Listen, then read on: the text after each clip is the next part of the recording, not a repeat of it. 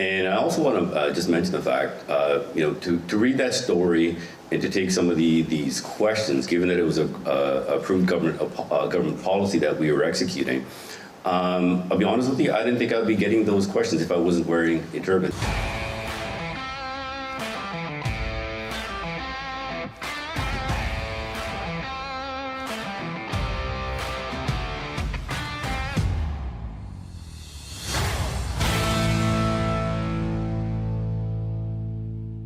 Tonight, we bring you one of the most important, heart-wrenching, and disgusting scandals that we've covered so far. I don't know all the details yet because Ryan was the one who did the research, but I've never seen him this upset right before we sat down to record. So perhaps we'll just play it safe and tell you that viewer discretion is advised. Let's take a look. So we'll be covering a Globe and Mail article regarding Cabinet Minister and Liberal MP Harjit Sajjan. Some of you may know who he is, some of you may not. But you sure as heck will know who he is after today. The Globe and Mail article is titled, Afghan Sikh Sponsors Donated to Sajjan's Riding Association During Kabul Airlift Campaign. And if you don't know what that is, you'll know soon. So let's take a look. Directors of a charitable foundation that struck a deal with Ottawa to sponsor the immigration of Afghan Sikhs to Canada made political donations to then Defense Minister Harjit Sajjan's Riding Association around the same time that he instructed Canadian Special Forces soldiers to rescue and airlift the group from Kabul. Elections Canada records show that directors made thousands of dollars of personal donations to Mr. Sajjan's Vancouver South Liberal Riding Association in August of 2021. Canada was in the midst of a general election campaign that had started August 16th, and Mr. Sajjan was seeking re-election in the riding. The records raise more questions about the connection between Mr. Sajjan and the nonprofit charity that had pressed him and the government to try to rescue a group of about 225 Afghan Sikhs during final evacuation flights from Kabul as the Taliban cemented its control over Afghanistan. As the Globe and Mail reported last week, Mr. Sajjan instructed Canadian Special Forces to rescue the group after the Taliban takeover in August 2021 in an operation that 3 military sources say took resources away from getting Canadian citizens and Afghans linked to Canada on final evacuation flights. So let me tell you why I am so infuriated, if it's not evident to you already. You have a Liberal cabinet minister that had a local group reach out to them and say, hey, there's a group of 225 Sikhs in Afghanistan and we want them out. Hint, hint, we have some money for your campaign. Then what the Globe and Mail is reporting is that Sajjan reached out to the commanders over in Afghanistan and said, yeah, so all of these people that were supposed to get out of Afghanistan, Canadians and the Afghans that actually helped the Canadians actually do their jobs over there, and the interpreters and everybody else, yeah, ignore all of them and go and get this group.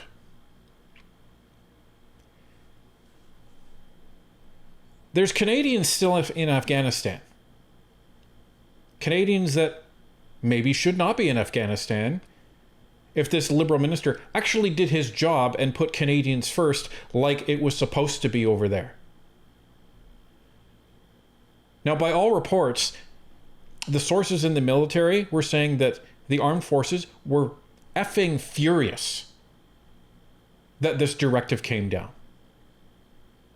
The problem with the armed forces is you have to follow orders. So they had to try and go and get these people. And wouldn't you know it, the operation was actually a failure because the group got too nervous and ran away.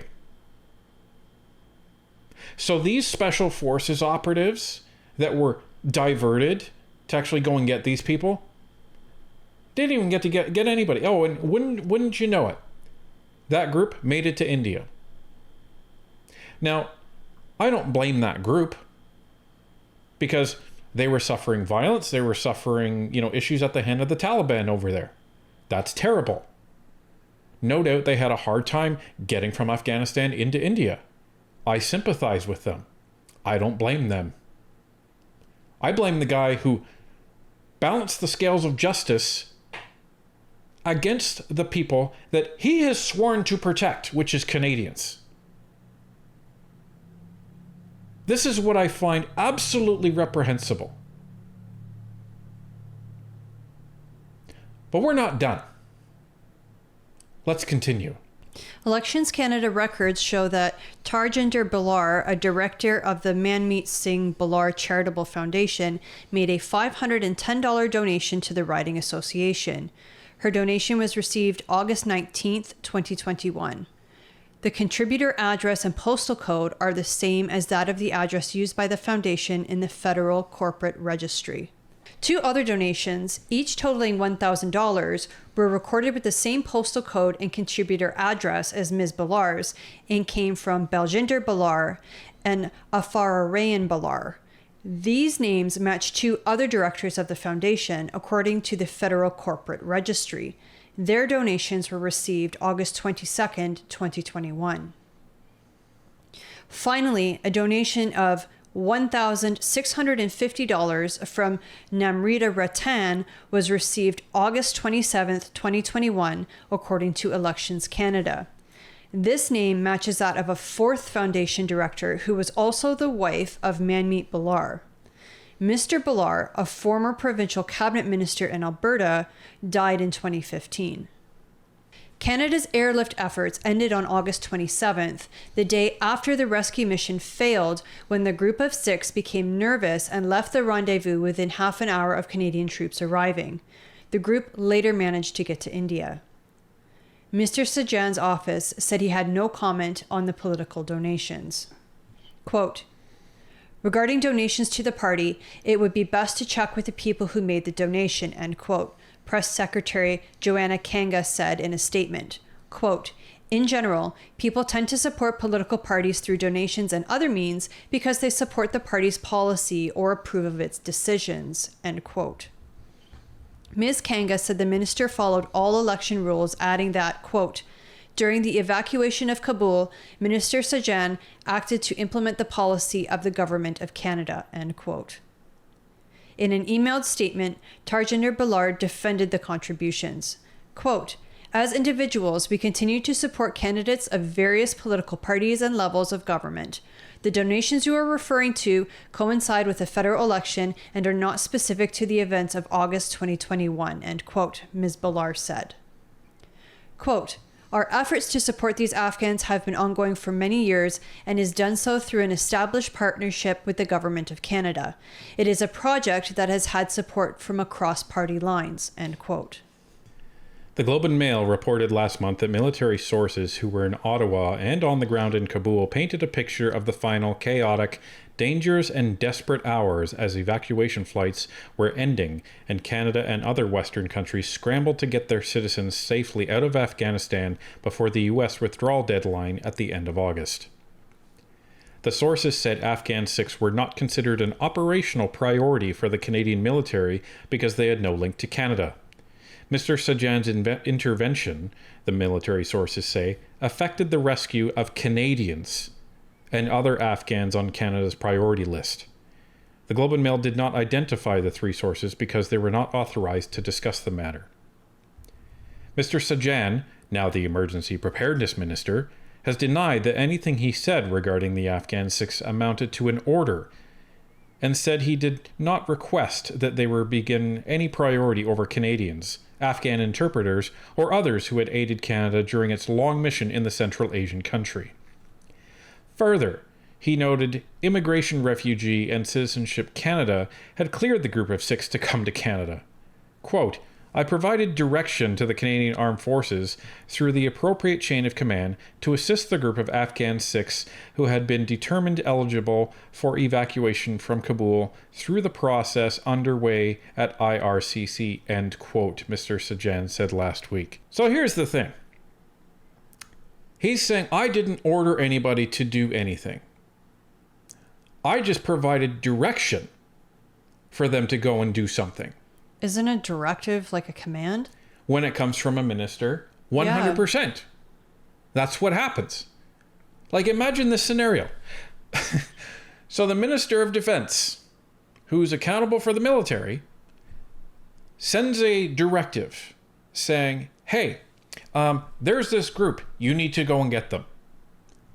And he's going to sit back and say, I didn't order them to do that. I just expected them to do what they thought was necessary. Now put yourself in the general position. You receive this directive from the Minister of Defense. What does that look like to you? Well, it's kind of like if you worked an office job and the big boss comes in and says, you know, somebody needs to talk over or somebody needs to talk to Bob over at such and such company because we could really, really use them as a customer. And he says it directly to you. Does that not imply that you're supposed to be calling Bob over at the other company to try to solicit sales from him? Well, that's even more ambiguous than this must have been. Yeah. So this guy's trying to say that he didn't order the military to do anything. He just directed them to. Right. And this is from a proven liar, but we'll get to that later. However, on Friday, General Wayne Eyre, Chief of Defense Staff, told the Canadian press that the military was following, quote-unquote, legal orders from Mr. Sajjan when it made an effort to specifically help the group of Afghan Sikhs. Elections Canada's online records only go back 10 years to 2014, but there is no record of Tarjinder Balar, Afarnarnian Balar, or Namrita Ratan making donations to any other recipient as far back as July 1st, 2014.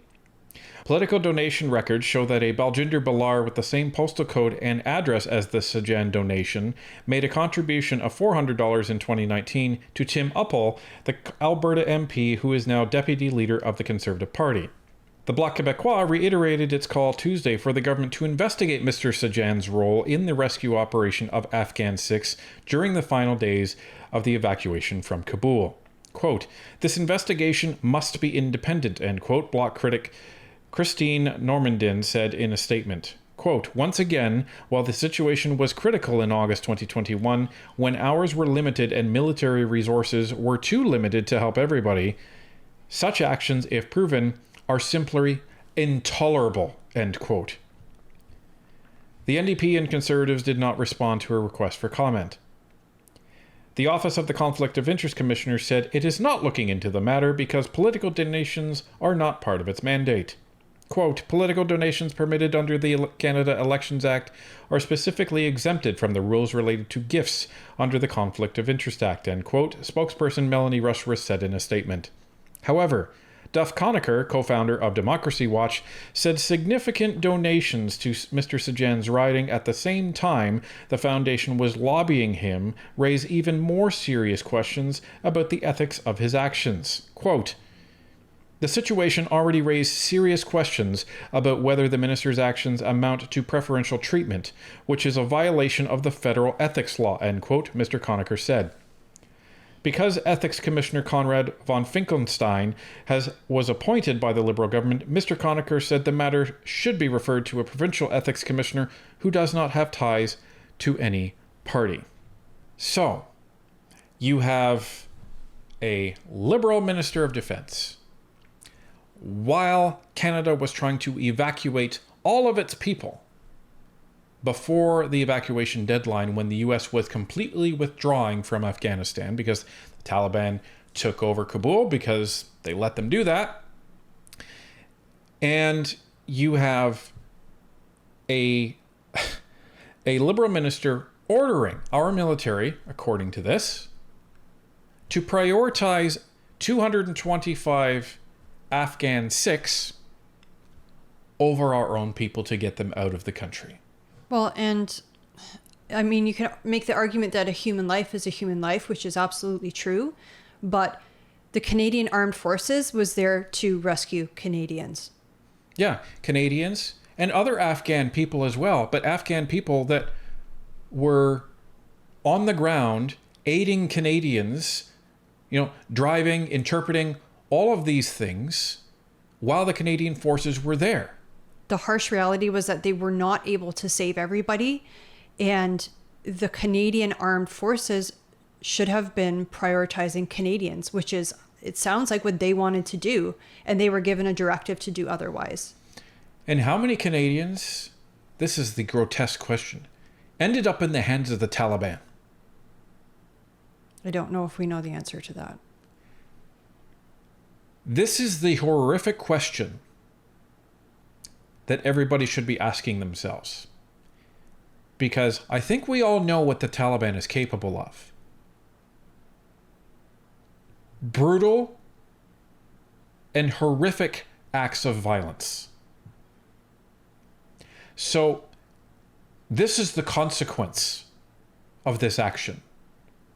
And receiving around $4,100 in donations from a group. Now, Mr. Sajjan was asked about this, and he responded like any good liberal would. Okay, let me address the Globe article quite directly, because I'll be honest with you, it was utter BS. Those who were following the evacuation missions and then events previously to that know quite well that there was an approved government policy to safely evacuate as many vulnerable Afghans as possible, which included obviously Canadians first, those who worked with us like our interpreters, and it also included vulnerable Afghans, which included religious minorities like the Afghan Sikhs and Hindus. And I can assure you, all effort was done to carry this out and do it in a safe as possible manner, and to get as many people out as possible as well. And I also want to just mention the fact, to read that story and to take some of these questions, given that it was a approved government policy that we were executing. I'll be honest with you, I didn't think I would be getting those questions if I wasn't wearing a turban. And those who actually know me quite well, that throughout my careers and my service, I've rarely ever even talked about racism and what it actually meant. But I'll be honest with you, it needs to be called out. And the reason being, just last night, my daughter was not even aware of this articles to come out. And she, on her own, was talking about the visceral hatred, and she's 15 years old, by the way, visceral hatred that you see online, and the kind of messaging that's being pumped out there on social media. And I do, console her, saying, you know what, it was better before. It's better now than it was before. It doesn't make it easier for her to see this. And I couldn't tell her at that time, by the way, there's another article that's going to be coming out that is going to kind of justify the type of questions she's even asking now. And I know that she's not alone in this. As I said, I could give you my press secretary and provide you with the statement, but there were many vulnerable groups, and I was getting contacted by many different groups, which included everything from the women's soccer team to vulnerable parliamentarians, LGBTQ, many others, and all that information is just being fed up so that our folks can do the best job they can to bring as many people out as safely as possible, which included Canadians and interpreters as well. So you were feeding more information? Everybody was feeding as much information as well from every source that was provided, because we want to do everything in our power to get as many people out as safely as we could. So, That was vile. how dare you question this defense minister because racism? It's not racism that he's being questioned. It's the donations. That's the reason he's being questioned. Yeah, and there's 3 different military sources that the Globe and Mail used. Like, do you think the Globe would just take this on a whim?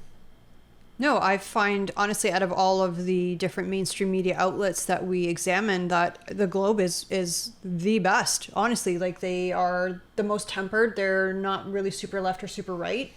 They're not perfect. No, but out of all of them, I would say that they are the least biased, in my opinion.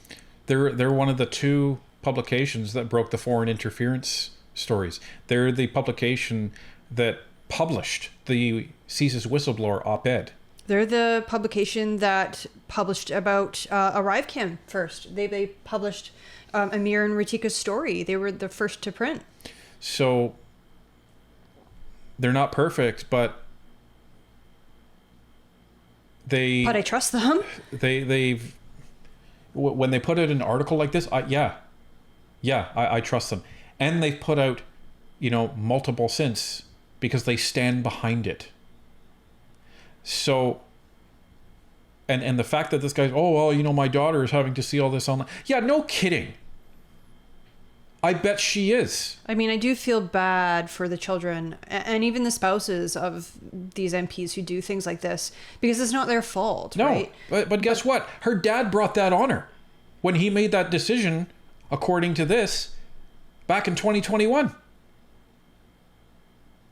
According to this article, you prioritized people you didn't even know, 225 people over Canadians, over the people helping Canadians. Well, the people that you take an oath to protect. Right. You didn't take an oath to protect those other people. You take an oath to protect Canadians, to protect and serve Canadians. And again, we sympathize with those other people. They're not the issue here. Your prioritization of them is. That's the problem here. And then we see that you got $4,100 donated to your campaign. That's the part that's just disgusting. Yeah. That, these lives are worth $4,100. Now, this is so putrid. Even the CBC chose to weigh in on this. At several points, when reporters were trying to clarify exactly what the minister did here, he, instead of answering directly with his own kind of voice, he referred people to a lengthy kind of 2-page statement that has been circulated to the media since this morning and was given also to the Globe and Mail, and aspects of that included in the Globe and Mail's report today. No one is disputing that the Afghan group that is the subject of this story was eligible for evacuation under a government policy. The issue at hand was whether specific special forces resources were directed to sort of try to meet up with this group and facilitate their access to the airport, as opposed to other things that the special forces needed to be doing to facilitate the evacuation of other people on the priority list, which of course at the top is Canadian citizens, then permanent residents, then individuals in Afghanistan to whom Canada, its government, its aid organizations, its media organizations had a direct responsibility to try to keep safe, people who had worked as interpreters and drivers. The protection of other religious minorities who no one is disputing were vulnerable, visibly vulnerable. If you're talking about a Sikh living in Afghanistan, subject to violence, that had been known for months by this point, that they were not going to be safe now that sort of the Taliban had taken over Kabul. Yes, they were eligible, but sort of there was kind of an articulation of sort of a hierarchy, if you will. And what the Globe and Mail was reporting, that through a direct intervention, a text message from the minister providing information to the military as a result of that, military sources telling the newspaper that there was a lot of anger in the military ranks about having to sort of go and try to find this particular group of Afghans who weren't even Canadian citizens and didn't have a direct kind of tie to Canada, when they were trying to focus desperately instead on sort of others that they were trying to evacuate. That's the nub of the story, and I'm not sure that in his news conference today we necessarily got clarity. He was asked a lot about the direction he was giving the military. He said he felt it was appropriate for the minister to be directing people to follow the policy. I don't think that was in dispute. He was asked about whether he was providing information about any other groups who were trying to escape, and he said yes, there were a lot of people reaching out to him at that point, and they were feeding all sorts of information in, he suggested, but not quite clear if he gave other groups quite as much help as this particular group. And then finally, sort of on the issue of sort of whether there was anyone else who had this kind of direct kind of text message, again, he referred people to the statement, but the statement doesn't really address that. I want to show you we got a long statement from the Department of National Defense as well, because this, of course, is about the decisions they were making on the ground. In part, here's the key paragraph from that. It says, all evacuation operations were conducted in accordance with direction by the Government of Canada and the Minister of National Defense. Orders were issued by the CDS and his operational level commanders, and they considered risks to carrying out these operations. One of the things we don't know is exactly who the minister texted inside the chain of command. His version of events in his statement is that he sent his information through the chain of command, that he was not meddling. The decisions on the ground were made by those in charge of the tactical operations on the ground. But we don't know kind of how it went up and how it came back down. Again, that is not a precision that is in the Globe and Mail story. So that's the CBC outlining what their understanding is. And even they are saying that Sajjan is being kind of dodgy here. And then he put out this big long statement that didn't really say anything. And it's interesting that even the reporter is kind of trying to dance around the language so that it doesn't come off racist, insulting. Yeah. Like this, this group. And again, she said it right. No one's criticizing the people themselves. The problem is the guy that was meddling in this and providing direction. Now, we go to another Globe and Mail article where they talk about this a bit more, and they talk about Mr. Sajjan a bit more. So that article is entitled, Harjit Sajjan will remain in cabinet, and shame on you for asking about it. Mr. Sajjan didn't actually answer the question about how he draws a distinction between a direction and an order during that news conference, though Chief of the Defense Staff General Wayne Eyre later answered it for him. A direction essentially is an order. Quote, we follow legal direction and the groups that were listed were part of approved groups, so we got on with it, end quote, he told the Canadian press. He said his role is not to decide, quote, whether the government priority was right or wrong, end quote. Having been defense minister for about 6 years by that point, Mr. Sajjan surely understood that there is no such thing as a quote-unquote suggestion from the Minister of National Defense to the military. Yet this attempt to split hairs over definitions was the same explanation that Mr. Trudeau leaned on to defend his actions during the SNC-Lavalin affair. At the time, he said he merely suggested then Attorney General Jody Wilson-Raybould consider a deferred prosecution agreement for the beleaguered company. He said he didn't instruct her to seek one. For Mr. Sajjan, this report comes at the tail end of a ministerial tenure imbued with scandal.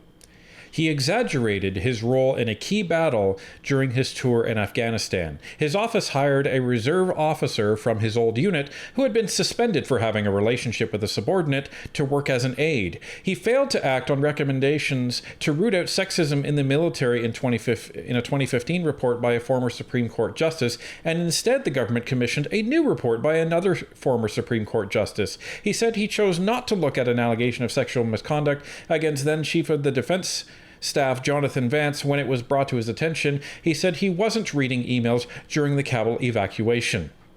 But this accusation eclipses all others for how deeply Mr. Sajjan appears to have both perverted his power and betrayed his oath.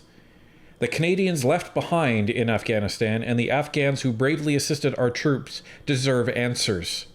But in this government, there is no scandal too serious to merit actual introspection. No reporting that can't be flipped around to malign the character of the reporters. Mr. Sajjan will continue to remain in cabinet, and shame on you for asking about it. Damn right. Like, this guy is something else. He was going around telling people in Britain, in Australia, in everywhere he could, that he was the architect of a key battle when he was serving back in the military, when he was basically just like almost like a military police guy. He was trying to insert himself as playing a key role, and people called him out on that, and then he had to apologize for it. So this guy's already a proven liar. Never mind the rest of the crap that he's done. And now he's trying to say, oh, well, racism. Well, we cut a bunch of stuff out because I don't have anything parliamentary to say about this guy. So I'd rather not say it. Now, in a recent press conference, Jagmeet Singh was also asked about this. Let's see what he said. Minister Sajjan said that when he was defense minister, he directed the Canadian Armed Forces to help a group of Afghan Sikhs during the evacuation in Afghanistan in 2021, and that he relayed information to the military about how to rescue them. Is that appropriate for the Minister of National Defense to have done that? The scenario around what he did or didn't do, I mean, we just take a step back and look at the overall actions of the Liberal government, of the minister, of the prime minister when it comes to Afghanistan. It was a massive failure. Like, there were so many levels of failure there. We weren't able to get Canadians out. Our own Canadians weren't able to get out. I mean, that's always got to be a top priority. Then our allies. There's people that put their lives at risk for us. They weren't evacuated. That is already a massive failure. And then there's an additional responsibility that Canada has to ensure that people that are suffering have some solace or some refuge in Canada. We have been leaders in welcoming refugees, and that is another additional responsibility we have. When people saw the Taliban regime coming in, they knew that that meant a lot of people's lives were at risk, and Canada had a responsibility. And so those responsibilities were not met. Canada failed, the minister, the prime minister failed, and the failure meant that a lot of people's lives were at risk and continue to be at risk. And that's a serious problem. But from your perspective, is it appropriate or not for the Minister of Defense at that time to be getting involved to try and help out Afghan Sikhs get to Canada? The specific, I don't know enough of details about the specifics of what Minister Sajjan did or didn't do, but I can tell you that the Liberals failed. They failed miserably, and it hurt people. I take no joy in pointing out this failure because Canadians suffered as a result. We saw that our allies suffered as a result, and minority communities that were at threat. Women, minority religious communities, all who were at a threat because of Taliban. No one was safe when the Taliban regime was coming in, and they all failed. And so I'm very critical of the minister and of the prime minister of their failed response to this serious crisis. And the result of that crisis was many lives were put in deep jeopardy. He's generalizing to try to escape answering that specific question. Like, for somebody who's supposed to be the leader of an opposition party, he's not acting like it at all. Nope. I don't believe that it's true that he says he doesn't know the details. I think he knows full well and is just, again, trying to avoid the question. He would have definitely known the details. It's his job, and it's his staff's job to know the details. If he doesn't know the details, his whole staff should be fired. Well, and if he doesn't know the details, he's not doing his job as an opposition party leader. Right. Now, he may not know, like, it's going to be tough for him to say, well, he shouldn't have done that because what you're hearing is reporting. And it's going to be tough for him to actually say, yes, that was true, therefore I will comment that he shouldn't have done that. What he could say, if there was a case where a Liberal minister or any minister did that, that would not be appropriate. He could have said that. Or if the Globe and Mail was accurate in its reporting, then no, that should not have occurred, etc., etc. But here's the thing. You have this minister that has scandal after scandal after scandal. He's doing a great job in following in Trudeau's footsteps. Maybe he should run for party leader. But again, at this point, it's no longer Sajjan that the finger should be pointed at. Remember what we said in the past repeatedly about blame and how that blame carries up the longer that person is there. So the fact that Trudeau has let this guy continue to be a minister, in fact, moved him around cabinet, that says all you need to know. Well, so I put a lot of the blame on Sajjan, but I blame Trudeau for having this guy still there. And I think there's also a bigger issue at play here where they say that campaign donations are not valid under the ethics code. That's a loophole I think that needs to be closed, because although the donations are around $1,700 maximum per person per year, that's still a lot of money. Like, if you're trying to bribe a politician, that could be a way to do it because it's not being examined under ethics. Well, especially when you get multiple directors of the same organization making personal contributions. Well, and what's to stop somebody from, making the maximum donation and then their spouse making the maximum donation, and maybe they have a brother or sister who also makes a donation. Like, it can add up pretty quick if you have multiple people doing it. So I think that's a loophole that definitely needs closing in the Elections Canada Act. So anyway, I was so riled up by this because you have a guy that has repeatedly disrespected our military, repeatedly tried to aggrandize himself through false statements, false contributions at the expense of other people in the military.